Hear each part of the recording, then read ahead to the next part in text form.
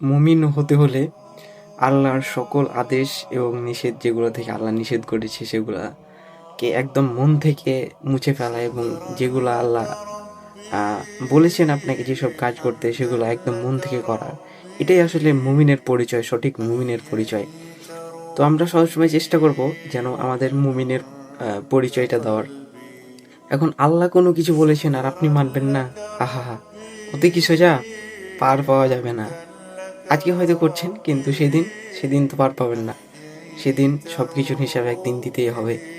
আল্লাহর যেগুলো আদেশ করেছেন সেগুলো কয়জনই বা মন থেকে মানি।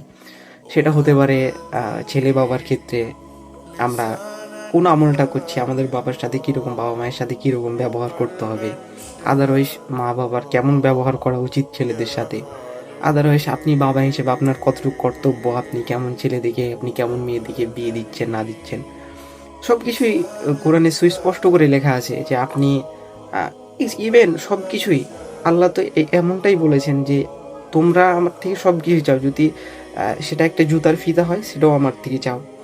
একটা জিনিস দেখবেন, আমরা সারা দিন সফলতার পিছনে খুঁজে বেড়াই, সফলতা কোথায় আমরা খুঁজে বেড়াই, কিন্তু আমরা এতটাই বোকা জাতি। আমাদের নবী হযরত মুহাম্মদ সাল্লাল্লাহু আলাইহি ওয়াসাল্লাম আগেই বলেছেন যে দুনিয়ার সকল কিছুর থেকে উত্তম হলো ফজরের 2 রাকাত সুন্নাত নামাজ। আমরা তো এটা জানিই না যে আসলে আমরা যে এটা যে কত বড় সফলতা আমরা এটা জানিই না, অথচ আমরা সারাদিন সফলতা কোথায়, সফলতা কোথায়, সফলতার পিছনে খুঁজে বেড়াই, কিন্তু ফজরের 2 রাকাত সুন্নাত নামাজই কি আমাদের কত বড় একটা সফলতা আছে, বা এটাই যে কত বড় সফলতা আমরা এটাই জানি না।